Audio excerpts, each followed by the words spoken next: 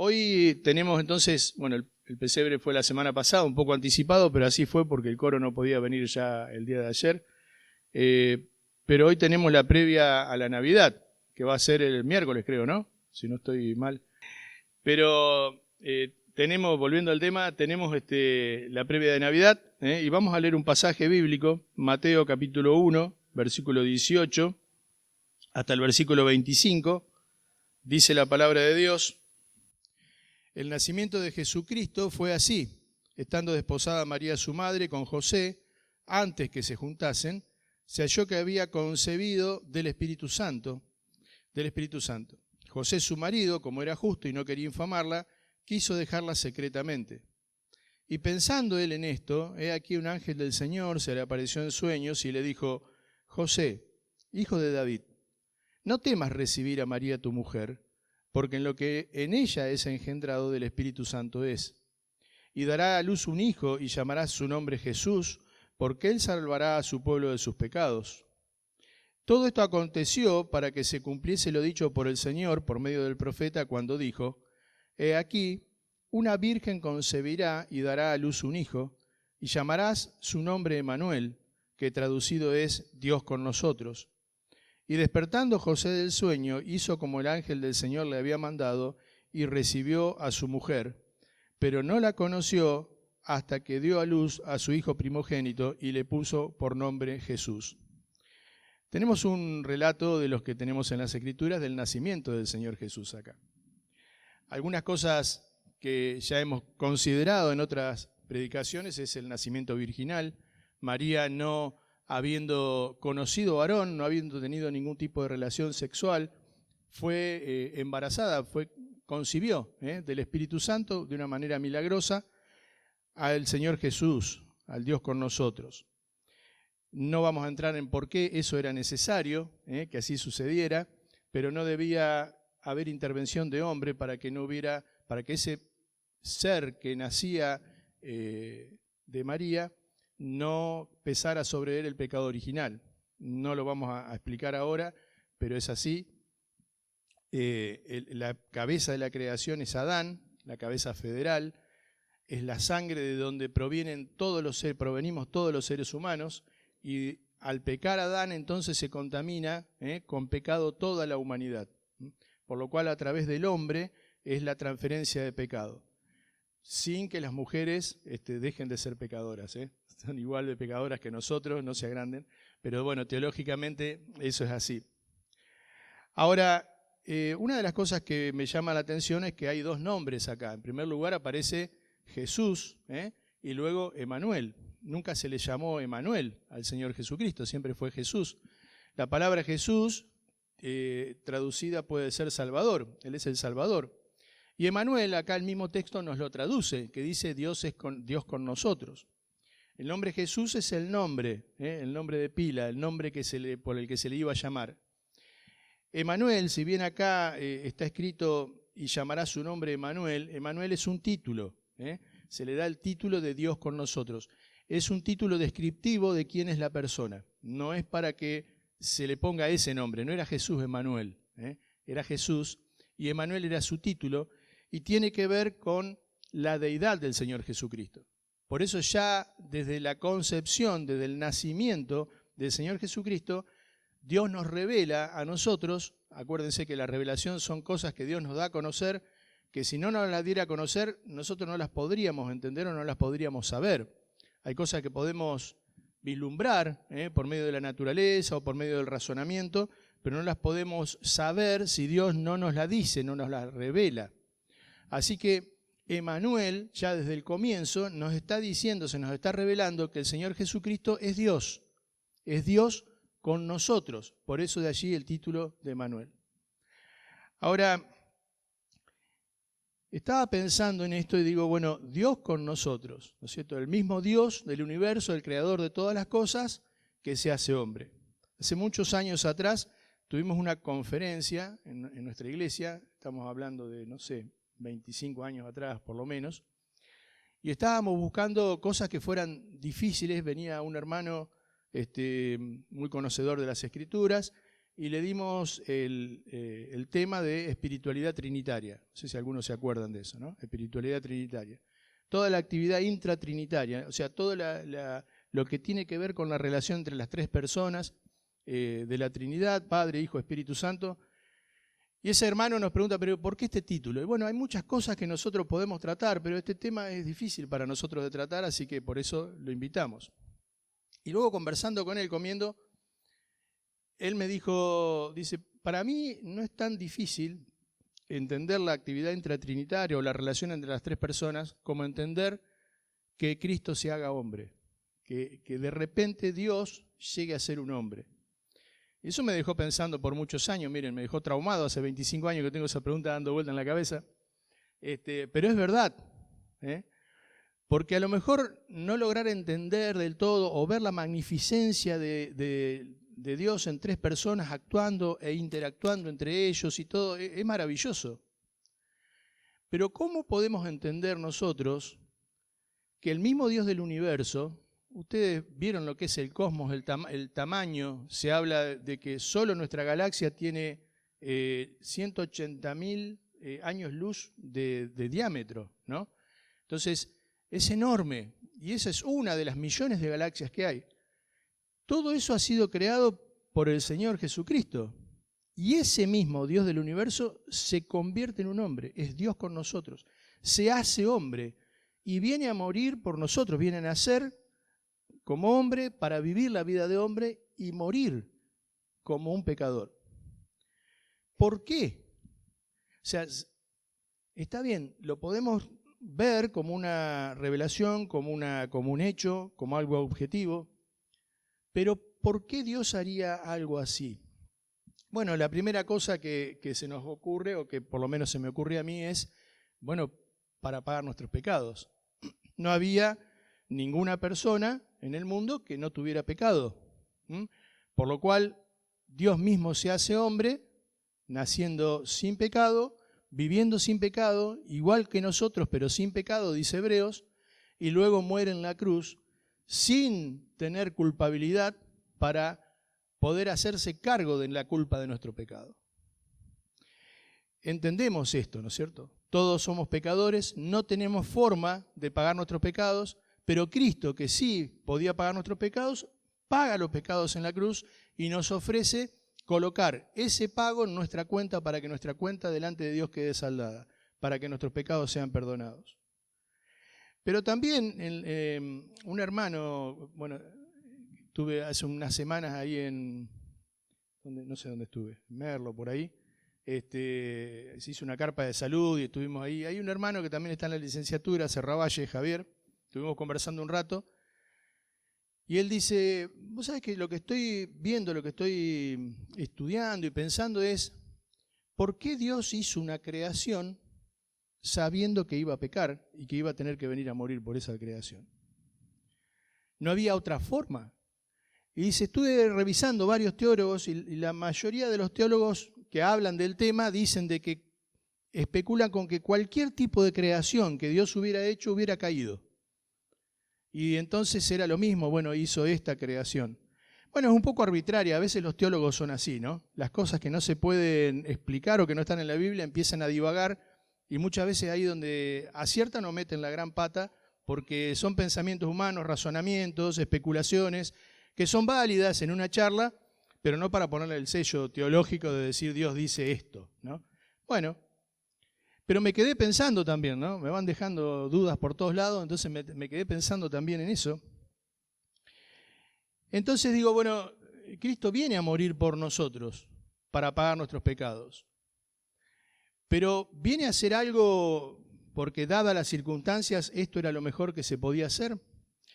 Hechos capítulo 2, versículo 23, cuando Pedro está predicando inmediatamente luego de la llegada del Espíritu Santo y comienza en el versículo 22 diciendo, varones israelitas, oíd estas palabras, Jesús Nazareno, varón aprobado por Dios entre vosotros con las maravillas, prodigios y señales que Dios hizo entre vosotros por medio de él, como vosotros mismos sabéis, a Jesucristo, entregado por el determinado consejo y anticipado conocimiento de Dios, prendisteis y matasteis por manos de inicuos, crucificándole, al cual Dios levantó, sueltos los dolores de la muerte, por cuanto era imposible que fuese retenido por ella. Vamos a detenernos solamente en dos cosas que dice acá. Entregado por el determinado consejo y anticipado conocimiento. El determinado consejo va hablando acá de la determinada voluntad de Dios, lo que Dios decidió, lo que Dios quiso hacer. No es lo que Dios tuvo que hacer, sino lo que Dios quiso hacer. Pero también va diciendo acá el anticipado conocimiento. Esto, si bien a veces nos tenemos que remitir a palabras en el griego, no me gusta mucho mencionarlas, pero a veces se hace falta, dice, es la palabra prognosis, que es saber antes que suceda. Es la omnisciencia de Dios. ¿Cuándo entonces necesariamente sucede este determinado consejo, esta determinada voluntad? Está basado en el conocimiento previo de Dios, por lo cual es anterior a todas las cosas que pasan. ¿Me siguen? Dice, entregado por el determinado consejo, por la voluntad de Dios, porque Él quiso hacerlo, y el anticipado conocimiento de Dios, antes que todas las cosas sucedan. Quiere decir que esta decisión de crear a nosotros, a esta creación, de venir a morir por nosotros, de salvarnos de esa manera, es basada en el conocimiento previo, es anterior a que todas las cosas sucedan, es en la eternidad, aún antes de crear todas las cosas. Por lo cual, antes de crear todas las cosas, Dios decide que las cosas van a ser así. Ahí los otros días mencioné, ¿no?, la paradoja de Epicúreo, donde básicamente termina siendo un razonamiento humano donde o Dios no existe o Dios es malo. Basado, bueno, ya lo conversamos a eso y no necesitamos repetirlo hoy acá. Un razonamiento errado y tiene sus porqués en la Biblia. Pero hay otros desprendimientos que suceden de eso, que es, entonces, si Dios creó todas las cosas y Dios creó al hombre, que va a ser un pecador y que hoy es un pecador, entonces Dios es el responsable del pecado. No. Dios crea al hombre con la capacidad de decidir, con libre albedrío.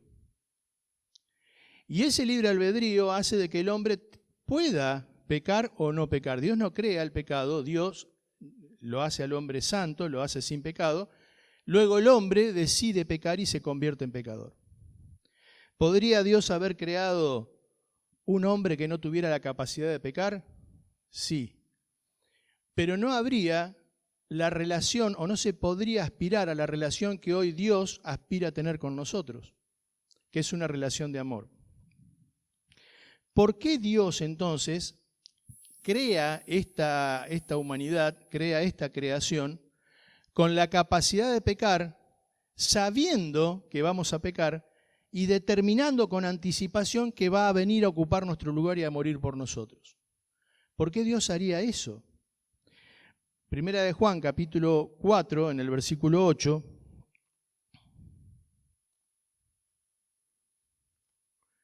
Es un pasaje bien conocido, inclusive los que tenemos alguna edad podemos recordar alguna canción. Dice capítulo 4, versículo 8, Primera de Juan. ¿Se acuerdan? ¿Algunos? Bueno, y así aprendimos este versículo. El que no ama no ha conocido a Dios, porque Dios es amor. Gramaticalmente todos los idiomas tienen una construcción distinta a veces, ¿no? Acá es bastante similar la construcción del griego. Dios amor es, pone es después de amor. Y quizás nos da una mejor perspectiva de lo que quiere decir el pasaje. Dios es amor o Dios amor es. La palabra es allí es una palabra que tiene que ver con el verbo básico eimi, que tiene varias acepciones o varias conjugaciones. Acá es esti, y tiene que ver con el ser, con la esencia del ser. Es la misma palabra que utiliza el Señor cuando dice yo soy y todos caen, ¿no? ¿Recuerdan? En el Getsemaní, está usando en otro tiempo verbal la misma palabra. es la esencia del ser, es de qué está hecho, es de qué tiene adentro, qué es. Entonces no nos está diciendo este pasaje que Dios ama, nos está diciendo que Dios es amor, que Dios es amor en sí mismo, esencialmente amor.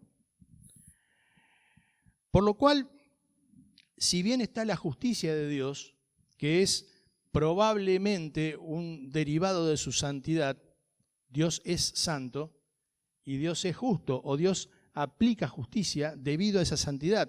¿Qué quiere decir? Que siendo totalmente puro, Dios no puede aceptar cosas impuras en su presencia, no puede relacionarse con cosas impuras. No porque no se lo permita algo, sino porque va contra su propia naturaleza. Sería como pretender que un hombre o un ser humano respire abajo del agua, no lo puede hacer. O sería como pedirle a cualquiera de nosotros que deje de respirar. No lo podés hacer. Podés contener la respiración, pero en algún momento cuando te sentís ahogado, vas a respirar. Por eso aquellos que quieren matarse por medio de la no respiración, tienen que hacer algo, ¿no? Como una horca que les hace contener la respiración, que les quita la respiración y que ellos quedan colgando porque de esa manera, si no, se pararían, ¿no? Porque es algo que va contra la misma esencia de la persona.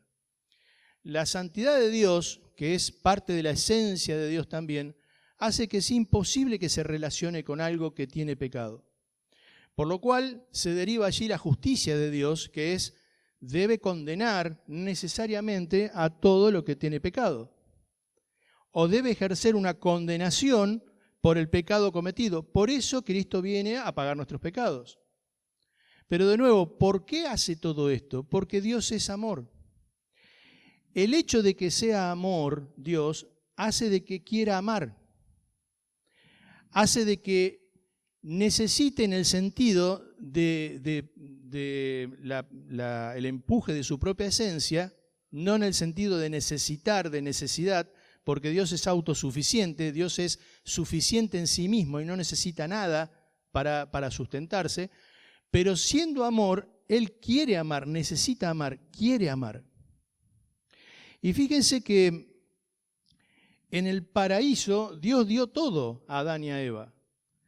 Dios recreó para que pudiera tener una relación con Él sin ningún problema.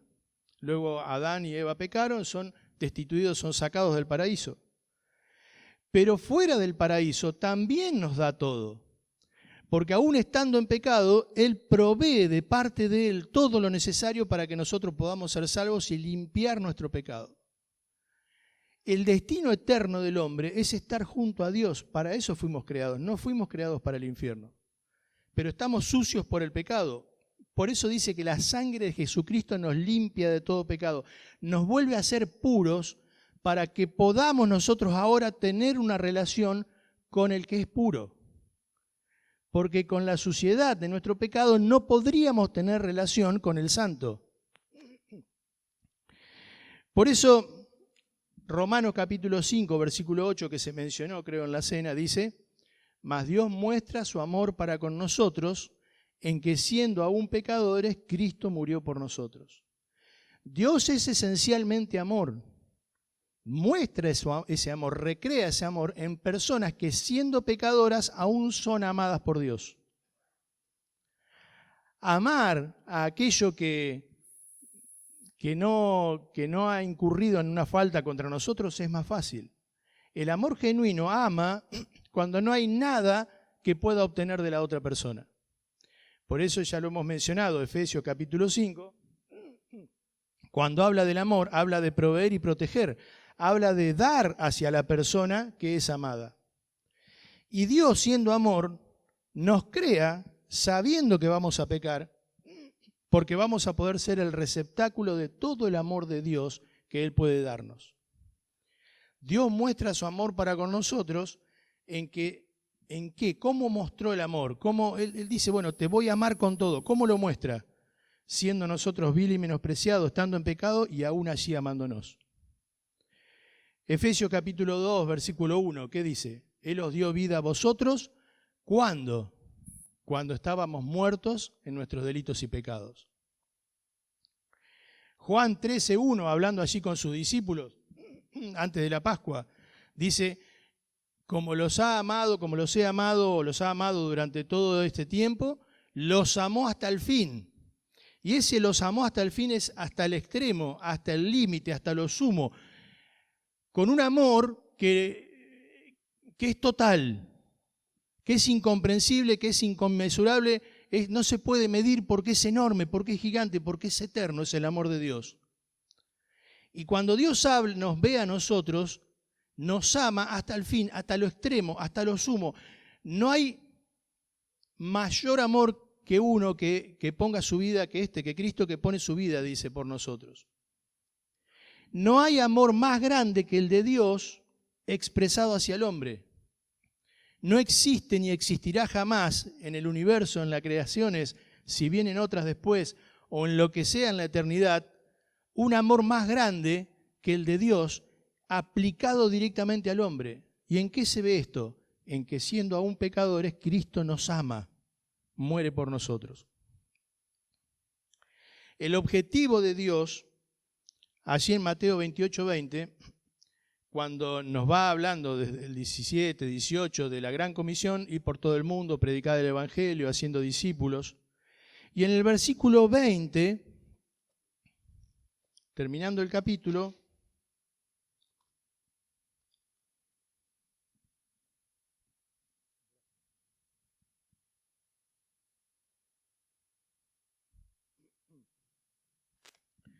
Mateo 28,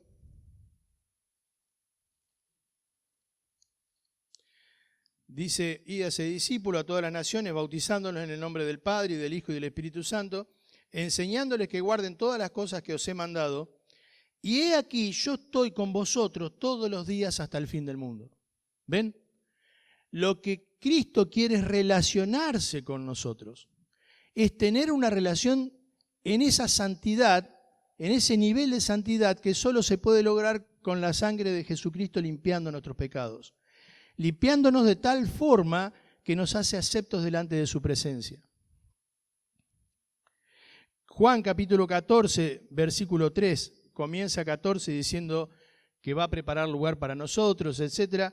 Pero en el versículo 3 dice, para que donde yo estoy, vosotros también estéis. Otra demostración más del sentimiento de Dios. ¿Por qué entonces Dios nos crea a esta creación, a esta humanidad, sabiendo de antemano que vamos a pecar y que va a tener que venir a morir por nosotros? Esencialmente por su amor. Porque el amor de Dios podía ser expresado y manifestado en toda su potencia en esas condiciones. Y espera luego que nosotros podamos estar para siempre con Él. Porque la persona amada es la única, o la que se siente amada, es una condición fundamental para la felicidad, para la plenitud. Una persona no puede ser feliz si no se siente amada. Puede ser amado y no sentirlo. Puede saberse inclusive amado y no ser suficiente. El tema es sentirse plenamente amado. Eso da una condición de satisfacción, de plenitud.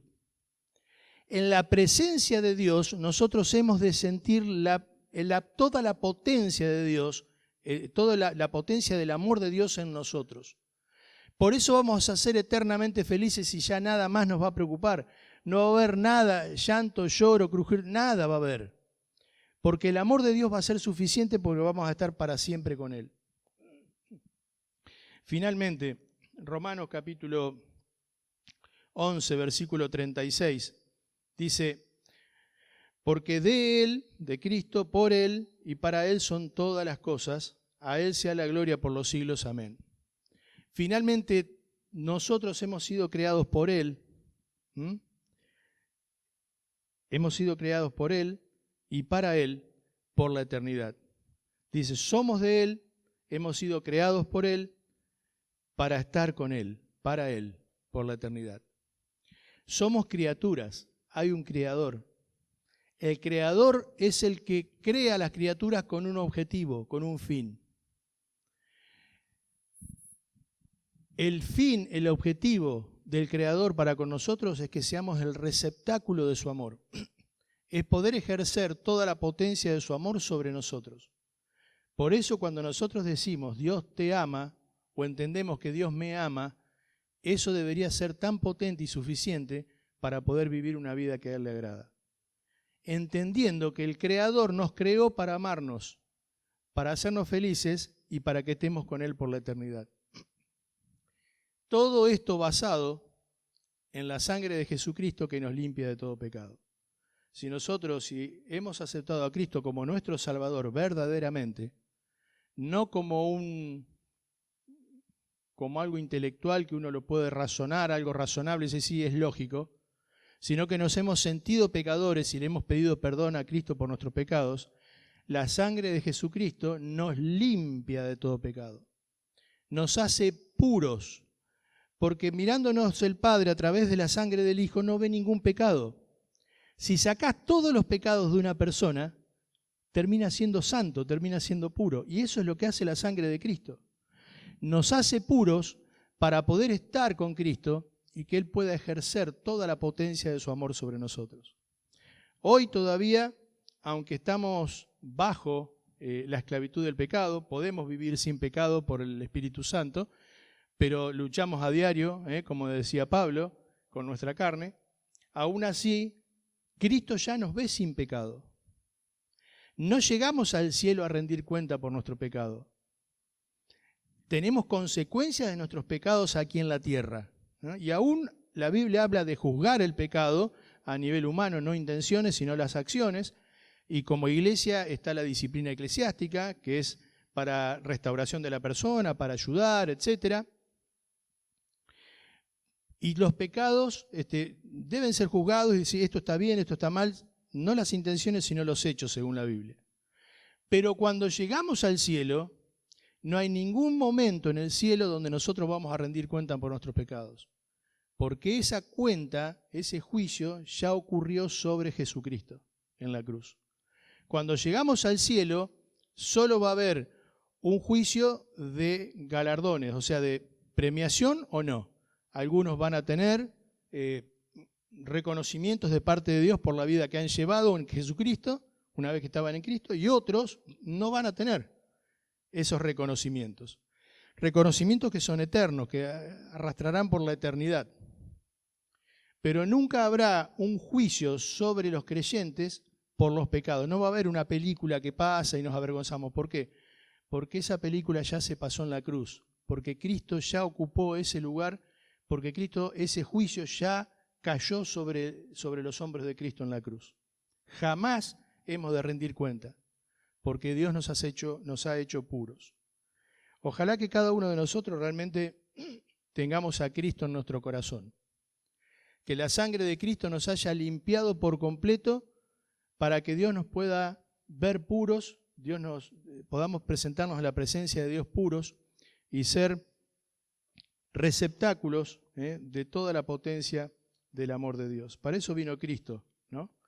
Para vivir nuestra vida, para morir por nosotros y para darnos la promesa de que estaremos para siempre con Él. Vamos a orar, Gerardo.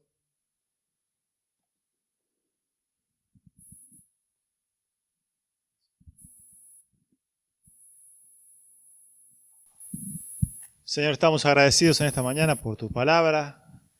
Señor, pedimos que en estos tiempos, en esta fecha tan celebrada por la inmensa parte de la humanidad, Señor, estas fiestas, Señor, que sea nuestro pensamiento, Señor, que caigamos abrumados por reflexionar en la naturaleza del amor de Dios que nos salvó, que nos vino a buscar,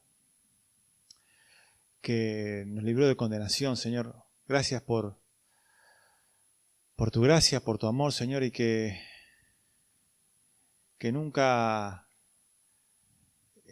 tengamos esa osadía de querer darle algún tipo de mérito a cualquier cosa que podamos hacer cuando estábamos totalmente perdidos. No había ningún tipo de posibilidad y llegó tu amor y cambió todo, Señor, y nos dio una esperanza bendita. Señor, gracias por tu palabra, gracias por todo lo que nos das. Pedimos tu bendición y tu cuidado en toda esta semana que va a comenzar. En nombre de Jesús oramos. Amén.